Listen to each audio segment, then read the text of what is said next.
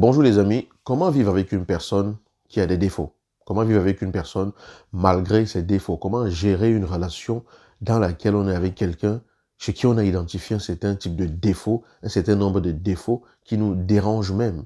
Lorsque l'on pense à cette personne, bam, c'est ce défaut-là qui revient à l'esprit. Lorsque l'on pense à cette personne, bam, c'est ce que cette personne avait fait et qui nous remet ce défaut-là en plein visage qui revient à l'esprit. Mais comment gérer cela? J'espère que vous êtes en pleine forme. Je suis Yannick TM.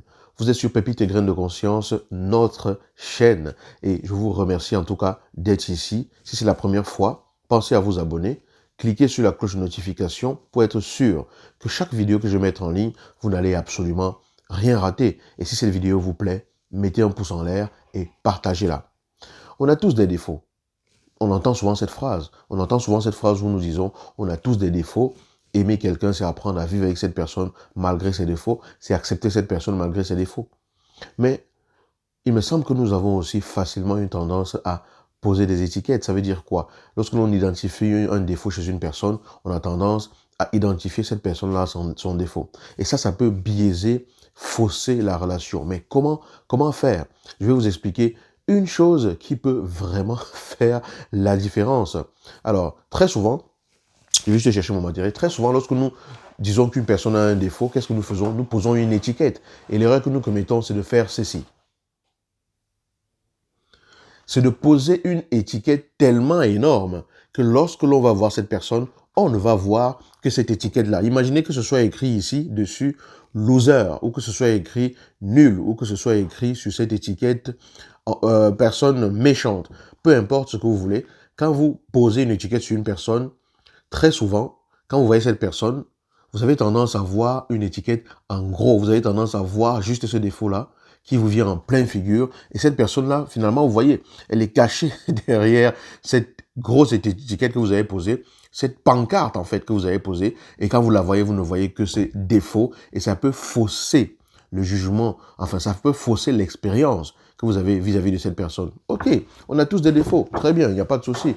Il ne s'agit pas de dire... Il ne s'agit pas ici de se dire, oui, cette personne a des défauts, mais voilà, je fais comme si elle n'en a pas.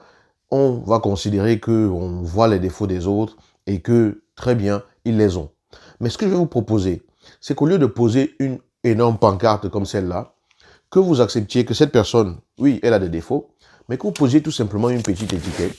Donc vous imaginez cette personne sur laquelle vous avez posé juste une petite étiquette comme ça, à n'importe quel endroit, que ce soit ici, que ce soit là, en tout cas, cette personne, elle a ce défaut-là.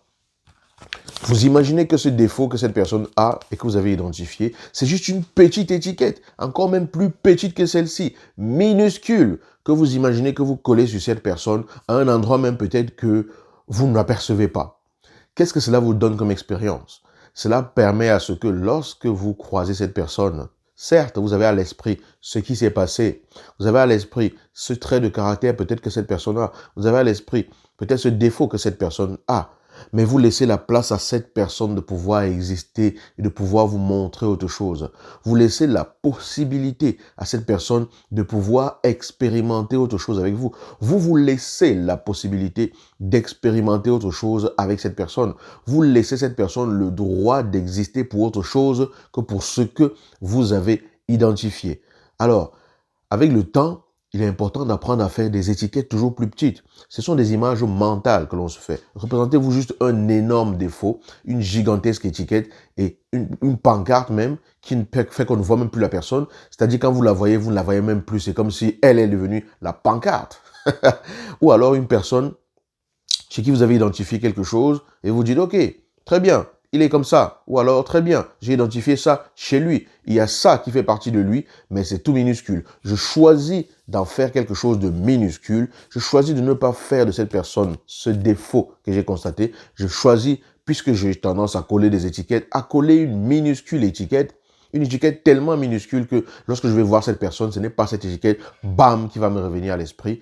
Et ça m'ouvre l'esprit, ça m'ouvre le cœur, ça m'ouvre la différence de l'autre. Ça fait que j'accepte l'autre d'abord pour ce qu'il est, d'abord pour lui, même s'il a cette étiquette. Parce que, regardez, l'expérience, si la personne, vous la voyez, elle est comme ça, et que vous ne voyez que ce que vous avez posé comme pancarte et que la personne disparaît après la pancarte.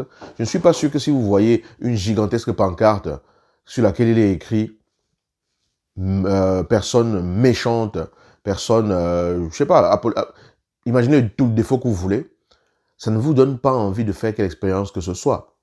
Mais si vous voyez une personne et qu'il y a une petite étiquette comme cela, vous avez d'abord identifié la personne et l'étiquette, elle est toute petite. Elle fait partie peut-être de la personne, mais elle est toute petite, donc il y a encore tout le reste de la personne qui est à explorer. Donc lorsque tu étiquettes une personne, lorsque tu juges une personne, lorsque tu portes un jugement vis-à-vis d'une personne, veille à ce que ce jugement-là soit tout simplement une petite étiquette que tu accoles quelque part, peut-être sur l'image mentale de la personne que tu te fais, et laisse à cette personne le droit d'être tout simplement une personne à part entière, dont ce défaut ou alors cette étiquette que tu as posée est juste une parcelle et qui pourra finir par disparaître peut-être un jour pour laisser place à des étiquettes plus positives. D'accord? Et à contrario, on peut utiliser ça par rapport à soi également. Lorsque l'on a tendance à se dire « je suis ceci, je suis cela », on est en train de se mettre des grosses étiquettes, à se coller de grosses pancartes, de telle sorte que quand on pense à soi, on ne voit que cela d'énorme, puisque on a tendance à se dire des choses par rapport à soi-même.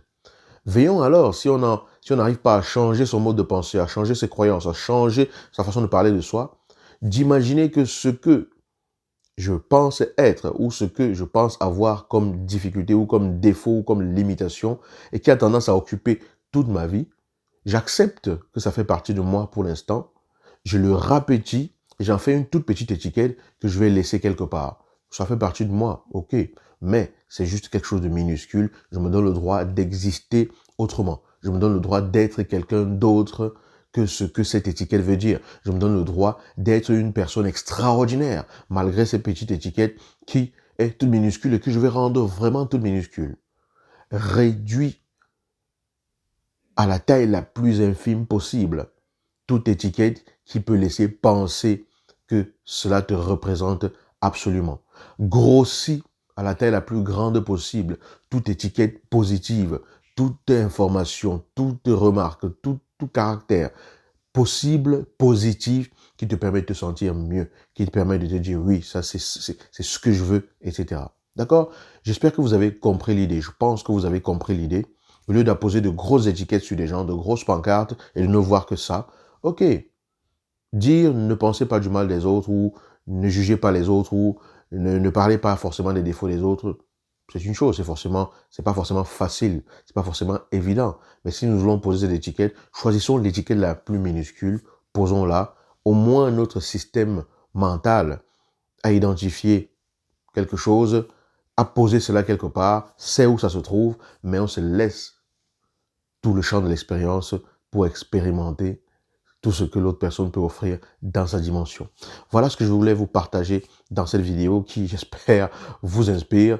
J'ai voulu vraiment partager cela avec vous. Si vous avez aimé, je vous demande, s'il vous plaît, de mettre un pouce, de me dire que vous avez aimé cette vidéo. Et en dessous des vidéos, si vous avez un commentaire à laisser, je serai ravi de pouvoir vous lire.